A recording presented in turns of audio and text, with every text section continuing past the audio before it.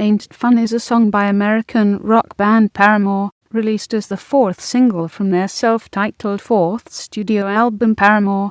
Produced by musician Justin Meldal-Johnsen, the song was recorded in Los Angeles. Development for it began with a keyboard loop recorded by its guitarist, Taylor York. Instruments including xylophone and bass guitar were later brought, along with a six-member gospel choir.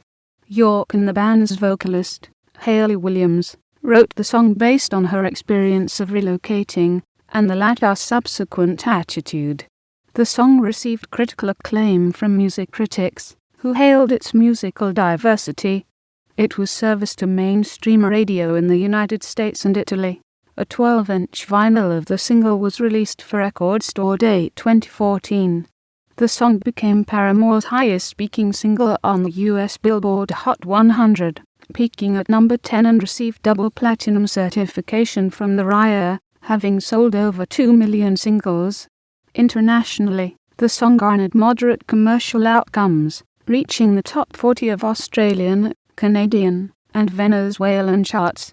On February 8, 2015, the song won the Grammy Award for Best Rock Song at the 57th ceremony, becoming Paramore's first Grammy win, and making Williams the first woman to score that honor since Alanis Morissette in 1999.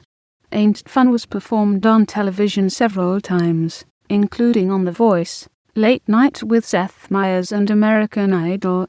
It was also included in the band's The Self-Titled Tour. After the original music video directed by Jonathan Desbiens was cancelled, a second visual was directed by Sophia Peer.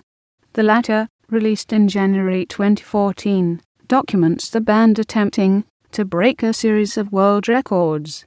The first song completed in Los Angeles for Paramore, Ain't Fun, was produced by musician Justin Meldal-Johnsen.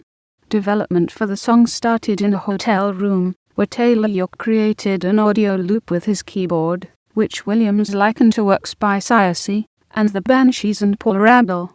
Upon hearing it, Hayley Williams proposed that they should write lyrics to it.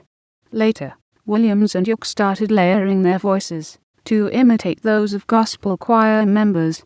6 months later, they recorded with a gospel choir composed of 6 individuals: Brandon Hampton, Jocelyn James, Catherine and Sean Dancy, Tulitha Manor and Yolanda Harris Dancy. Williams, who was familiarized with gospel music, linked the inclusion of a gospel choir in the song to her upbringing, in which she frequently went to churches. Williams stated that the song was inspired by the band's roots, explaining that she had grown up with pop, funk and soul. Jeremy Davis, the band's bassist, expounded on what they felt before releasing the song. After we started writing weird stuff like Ain't Fun, we got nervous. But that was a comfort. We've grown and we don't like the same music we liked, so why would not? That idea kept us pushing ourselves. York considered that the decision to bring a gospel choir would have been difficult to approve if the original lineup of the band had remained. The track was mixed by Ken Andrews and mastered by Ted Jensen at Sterling Sound Studios. Written in the key of E major, Ain't Fun bases at a moderate tempo of 104 beats per minute. The song features instrumentation from a happy xylophone and a rubbery bass guitar. An editor of the cover list goes at times described its melody as cheery and propulsive, while Sean Adams from Drowned in Sound called it infectious. Although its main genre is pop rock, Adams and Rebecca Nicholson of The Guardian denoted the song as delving into pop more than the band's previous material.